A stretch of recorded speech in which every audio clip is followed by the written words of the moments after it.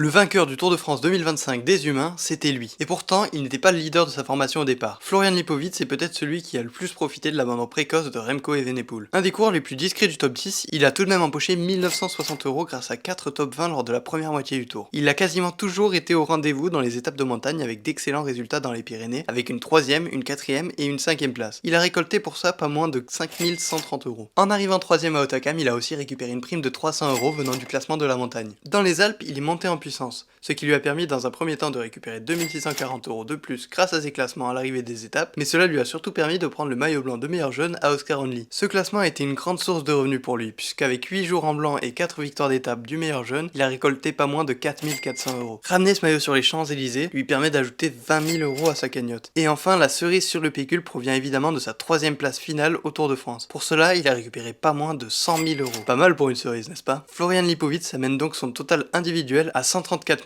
430 €. Il se classe alors en 3ème position des coureurs qui ont remporté le plus de primes sur le Tour de France 2025. Et merci à Acerg, Tadej Pogacar et Tolo Tolo pour leurs commentaires. N'hésite pas à faire comme eux et dis-moi le prochain coureur que je devrais analyser dans les commentaires. Et ensuite abonne-toi pour ne pas manquer la vidéo.